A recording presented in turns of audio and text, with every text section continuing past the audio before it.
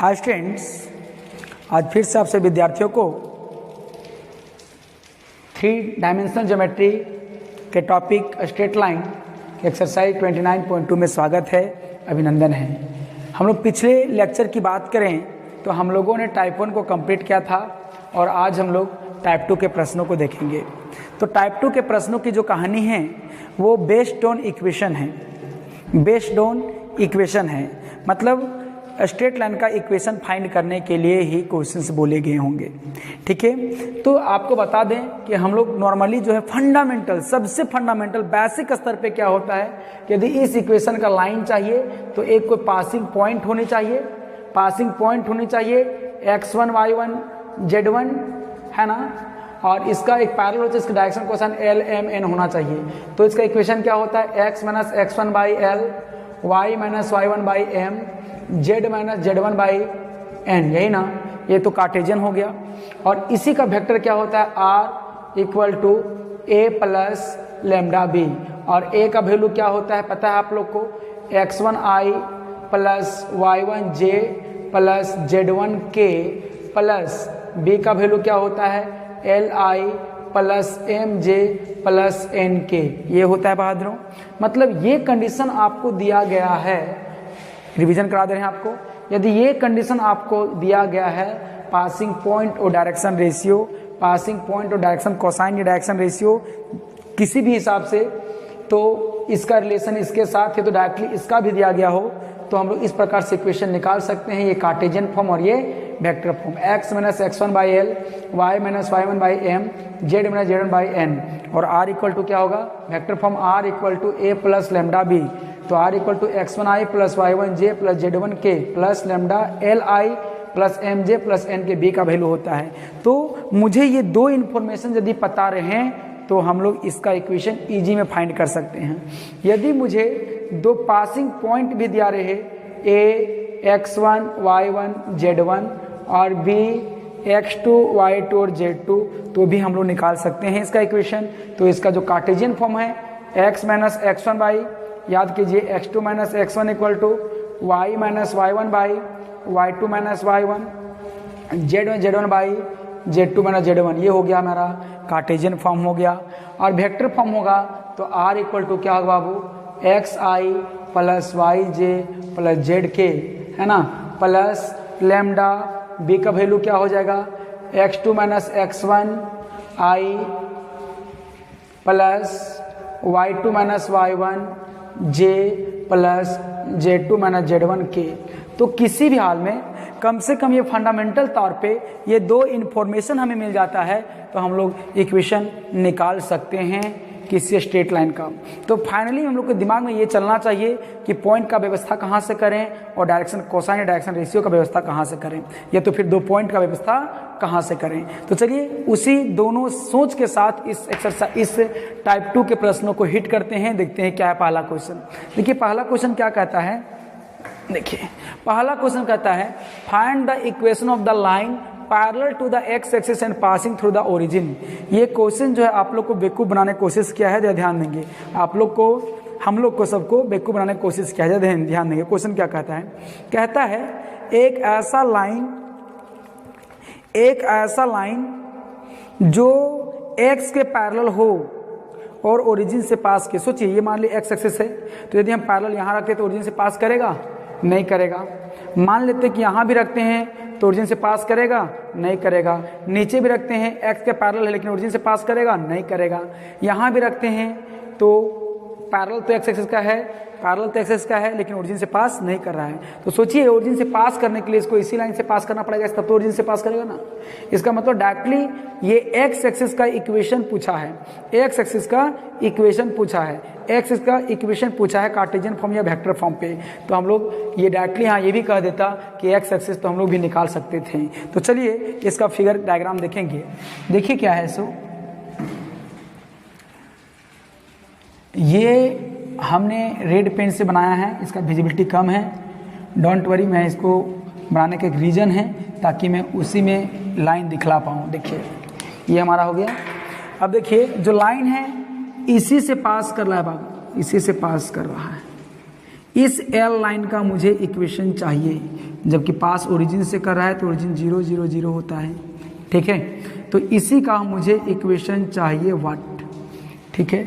तो सोचिए क्या है, since line L passing through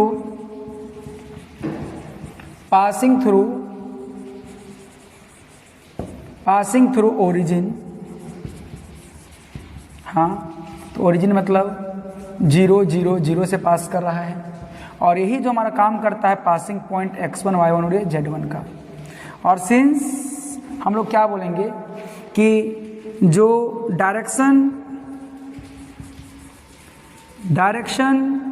जो cosine of x axis are क्या होता है 1 0 0 1 0 0, दैट इज यहाँ से L का वैल्यू क्या मिल जाएगा 1, M का वैल्यू क्या हो जाएगा 0 और N का वैल्यू क्या हो जाएगा 0, है ना।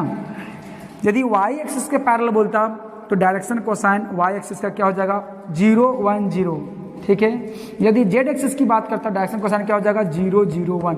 ये बात पहले भी हम लोग बता चुके हैं और प्रूव भी कर चुके हैं, क्यों ऐसा होता है ये भी हम बता चुके हैं, पिछले के वीडियो में देखोगे तो आपको मिल जाएगा। तो देखिए पॉइंट का व्यवस्था हो चुका है, देयरफॉर देखेंगे क्या मिलेगा। Therefore equation of line passing through origin and parallel to x axis is, है ना, पहला in कार्टेशियन फॉर्म। बताइए क्या होता है बहादुरों, x minus x1 by L, y minus y1 by M और z minus z1 by N, यही ना। तो सारा वैल्यू पुट कर देंगे तो क्या मिलेगा, देखिए l का equation x minus x1 0 by L 1, y minus 0 by 0, z minus 0 by 0, और ये हमारा हो गया आंसर। सोचिए कि इस इक्वेशन जो हम लोग शुरू जानते हैं कि x का यदि x एक्सिस पे कोई भी पॉइंट क्या होता है y और z का वैल्यू 0 होता है, आप इस बात को प्रूव कर सकते हैं। देखिए जब इक्वल टू इसको थर्ड वेरिएबल 4 वेरिएबल लैम्डा मान लेंगे तो पहला क्या मिलेगा x minus X by 1 equal to lambda, तो x इक्वल टू हो जाएगा लैम्डा, y माइनस 0 बाई 0 क्या हो जाएगा y इक्वल टू 0 हो जाएगा और z इक्वल टू 0 हो जाएगा। तो इसका मतलब x एक्सिस में कोई भी पॉइंट क्या होता है कोई वैल्यू होगा लैम्डा 0 0 का, इस बात से हम लोग यहाँ पे प्रूव कर सकते हैं। तो चलिए दूसरा जो हमारा इक्वेशन होगा वो वेक्टर इक्वेशन होगा, वेक्टर इक्वेशन, है ना।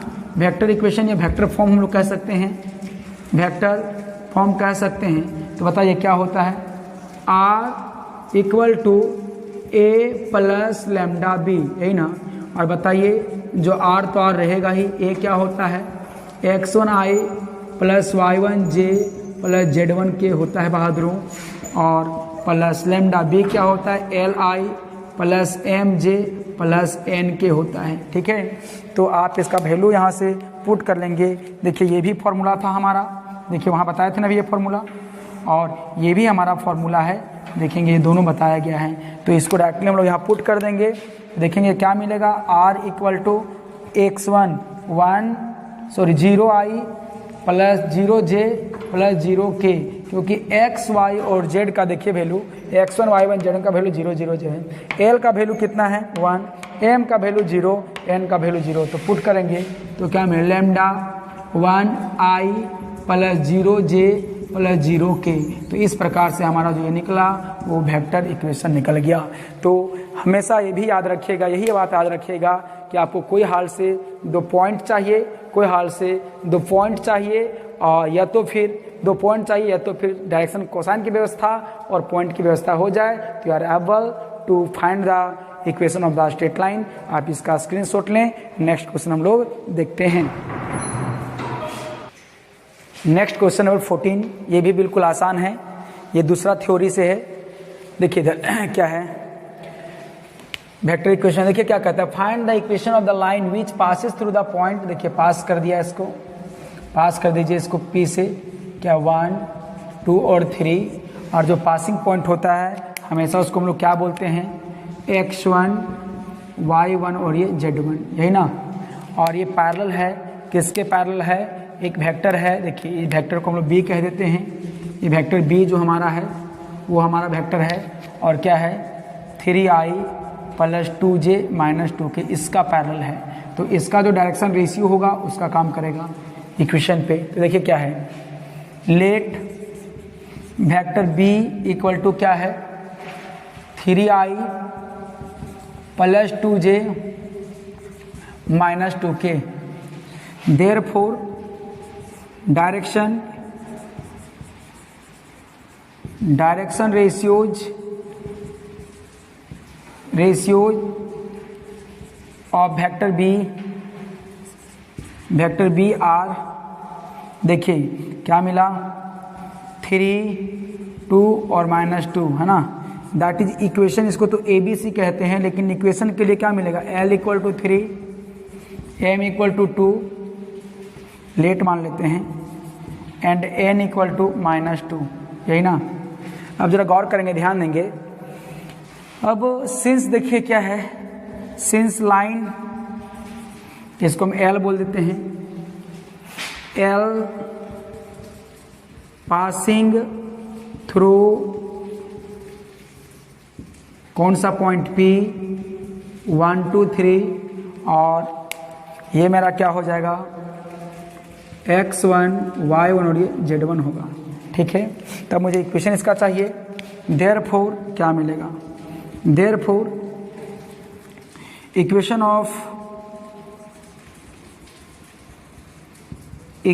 Of line L passing through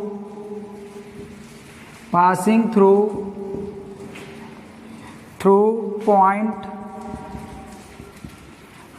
P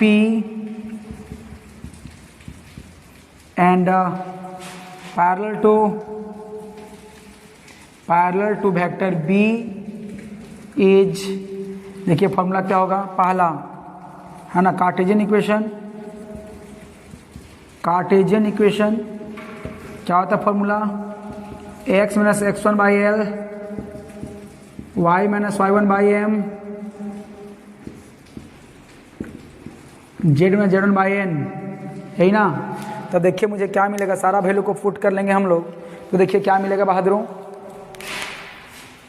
L का जो इक्वेशन निकलेगा वो क्या होगा, x माइनस x1 क्या है 1 बाई एल क्या है 3, equal to y minus y1 क्या है 2, और ये क्या है m क्या है by 2, and z minus z1 क्या है माइनस 2, माइनस 1 क्या हो जाएगा, सॉरी 3 ना, माइनस 3 बाई n क्या है माइनस 2। इस प्रकार से ये हो गया हमारा कार्टेशियन इक्वेशन। नाउ दूसरा में हमें क्या चाहिए, वेक्टर फॉर्म या वेक्टर इक्वेशन, वेक्टर फॉर्म। हाँ देखिए क्या होता है, r equal to a plus lambda b, है ना। अब यहाँ पर a जो होगा बाबू, r इक्वल टू होगा a क्या होता है x1i plus y1j plus z1k, यही ना, प्लस लैम्डा ये क्या होता है li plus mj plus nk। तो बताइए आपका आंसर जो है एक ही में होगा, वेक्टर या तो फिर कार्टेशियन वेक्टर में दिया होता है। देखो इधर क्या है, तो यदि इक्वेशन वेक्टर दिया गया तो यदि मेरा क्वेश्चन वेक्टर में है तो इक्वेशन भी वेक्टर में ही होगा, लेकिन दोनों बता रहे हैं। देखिए x1 कौन होता है, x के बगल वाला, तो 1। इस पर हम लोग ट्रांसफर भी हम लोग सीख जा रहे हैं कि ऐसा इक्वेशन है तो ऐसा हम लोग कैसे लिखेंगे। तो देखो x माइनस 1, तो x का 1 का वैल्यू क्या 1 i हो गया, y1 माइनस j, तो y1 कितना हो गया 2, j उधर नहीं भी देखेंगे तो भी लिख सकते हैं हम लोग, j क्या होगा 3k, यही ना, प्लस लैम्डा l कितना है 3i प्लस m कितना है 2, देखिए ये m होता है 2j प्लस ये क्या होता है माइनस, तो क्या हो जाएगा माइनस 2k। तो इस प्रकार से हम लोग कार्टेशियन से वेक्टर भी ट्रांसफर कर सकते हैं। और आपका जो क्वेश्चन नंबर 16 है इसी प्रकार है 16 और 18 नंबर क्वेश्चन है वो सेम बनेगा, ठीक ना। तो आपको बता दें कि जो क्वेश्चन नंबर 15 और 18 है, ध्यान देंगे वो क्वेश्चन नंबर जो 15 और 18 जो है 15 एंड 18 जो है सेम एज क्वेश्चन नंबर 14 किसका, एक्सरसाइज 29.1 का, ठीक है। ये किसका है, एक्सरसाइज 29.2 का। मतलब क्वेश्चन नंबर 15 एंड 18 जो है एक्सरसाइज 29.2 का, ये किसके जैसा बनेगा, क्वेश्चन नंबर 14 के जैसा, एक्सरसाइज 20.1 का, और इसको मैंने बनाया है। और जो क्वेश्चन नंबर जो वो 19 जो है वो सेम एज क्वेश्चन नंबर 6 के जैसा, और वो भी एक्सरसाइज 29.1 का, और ये किसका है, एक्सरसाइज 29.2। तो जो क्वेश्चन नंबर 19 है वो 6 के जैसा बनेगा, और इसको भी मैंने बनाया है। तो ये दोनों क्वेश्चन बना लेंगे। मैं अभी 16 नंबर क्वेश्चन देखता हूँ, तब तक आप इसका स्क्रीनशॉट ले लें।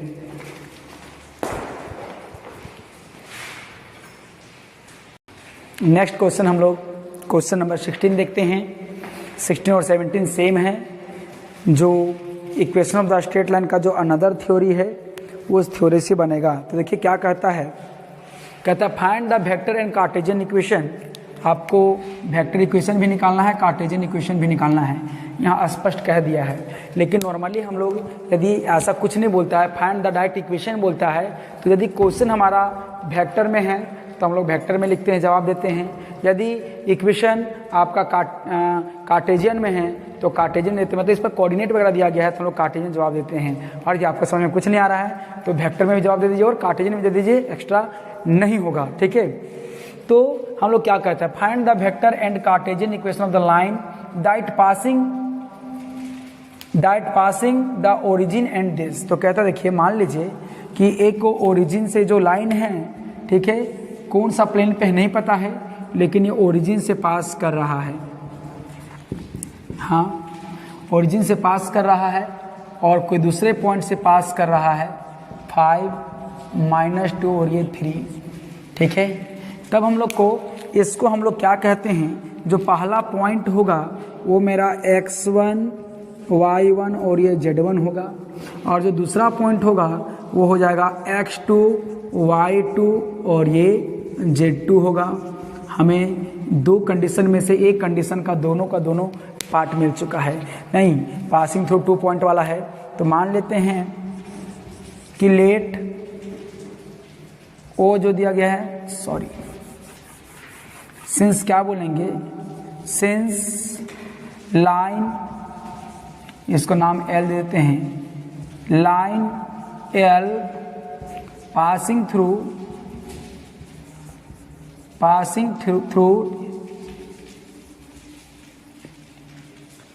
क्वेश्चन में थोड़ा सा गलती लिखा हुआ है, पासिंग थ्रू द होना चाहिए, through, passing through the origin, passing through origin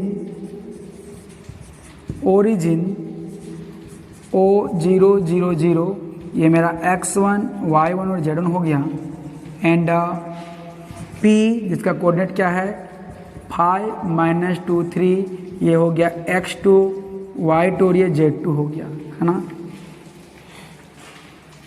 therefore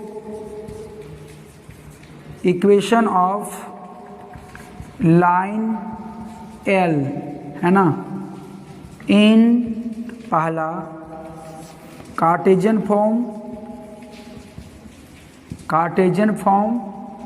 ठीक है। कार्टेशियन फॉर्म क्या होगा बताइए, x - x1/L, sorry x - x1/2 point है ना, यहाँ क्या हो जाएगा x2 - x1, y - y1/y2 - y1, z - z1/z2 - z1। किसी को दिमाग में ये भी चल रहा होगा कि सर इसको हम x1 y1 z1 माने, इसको x2 y2 z2 माने, तो ऑब्वियसली आप मान सकते हैं, ठीक है। आंसर अलग आएगा लेकिन आपका मार्क्स पूरा दिया जाएगा। हम आगे क्वेश्चंस को बना के भी देखेंगे, तो जब सॉल्व करेंगे तो लैम्डा का वैल्यू लगभग सेम आएगा, है ना। परंतु हम लोग को आंसर उस स्थिति पे देता है जो पॉइंट पहले होता है। देखिए, जो पॉइंट पहले होता है उसको पहला पॉइंट मानते हैं, जो बाद में उसको दूसरा पॉइंट मानते हैं। तो इसी हिसाब से सारे प्रश्नों को बनाए जाते हैं। नॉर्मली ये होता है, आप मानने को इसको भी मान सकते हो, डोंट वरी, ठीक है।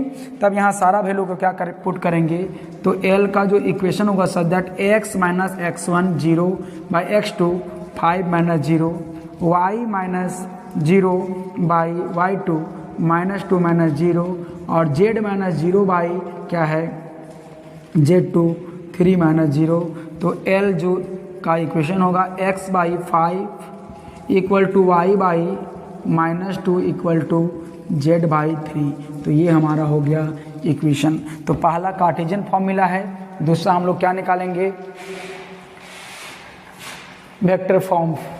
देखिए बोला है ना, पहले वेक्टर बोला था बाद में कार्टेशियन, चलो कोई बात नहीं। Again vector form, vector form क्या होता है बहादुर, आर सच दो पॉइंट से पास करता है तो x1i plus y1j plus z1k, अभी बतलाया था आपको, plus lambda x2 minus x1i plus y2 minus y1j plus z2 minus z1k, यही ना। आप इतना नहीं भी लिखेंगे तो यहाँ से भी ला सकते हैं, ठीक ना, इससे। तो देखिए L का जो इक्वेशन निकलेगा, यहाँ इक्वल टू होगा ना, L का जो इक्वेशन होगा L सच दैट क्या मिलेगा, R equal to x1 0i plus 0j plus 0k, है ना, प्लस लेमडा x2 क्या है, देखिए 5 माइनस 0